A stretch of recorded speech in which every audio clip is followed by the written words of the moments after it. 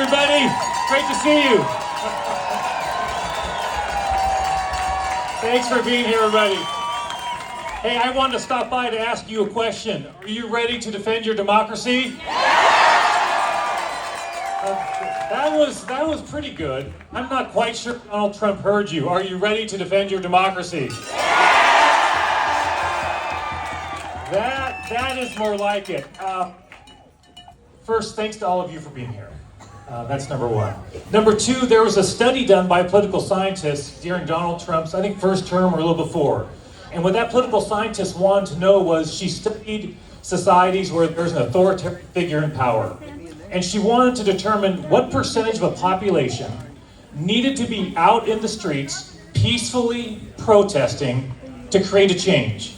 And the answer is 3.5%. That's all of you right now, everybody. Give yourselves a round of applause.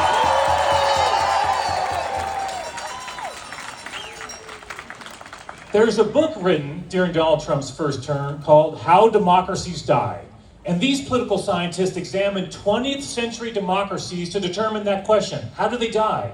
And as it turns out, it's not what one might think. It's not some middle of the night, dark of night, military coup, where you have a democracy on one day and then you wake up and it's gone. In fact, it's quite the opposite. What the book shows from this study is democracies die by a slow, steady erosion of civil liberties, free speech, an independent judiciary, a gradual consolidation of power in one individual, that individual increasingly persecuting with criminal charges political enemies. Does this sound familiar to you? Yes! Are you going to put up with it? No! And that's why it's so important you're here. Look, I have good news despite the challenges we're facing as a country. No state in the country is doing more to stand up to this administration and this autocrat than Washington State. That's number one.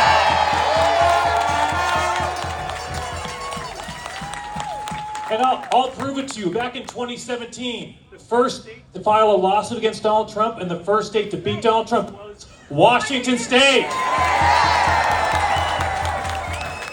In 2025, the first state to take on Donald Trump in court and the first state to beat him in court was Washington State.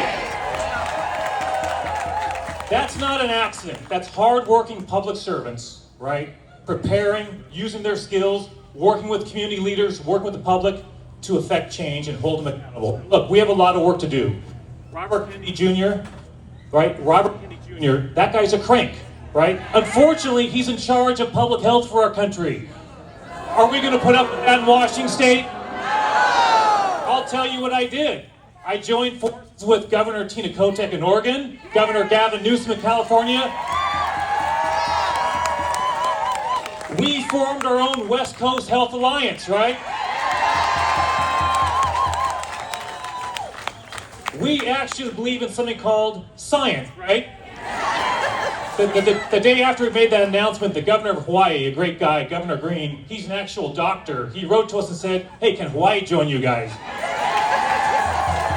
So the good news is Washington, Oregon, California, Hawaii, if we were our own country, we would have one of the largest gross national products of any country in the world, right?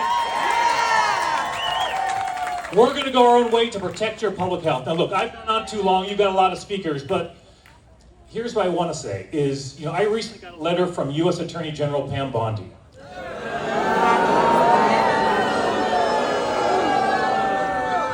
That letter literally threatened me with criminal prosecution and other state actors, by the way, elected officials, local law enforcement, judges, with criminal prosecution if Washington State would not bend the knee to this administration.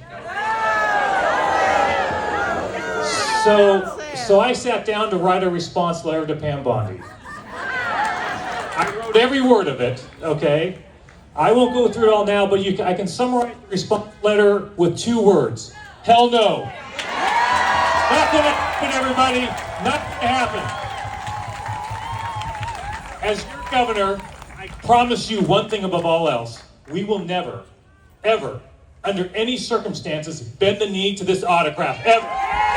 Thanks so much, you guys. Thanks for being here. Great round. Thanks, everybody.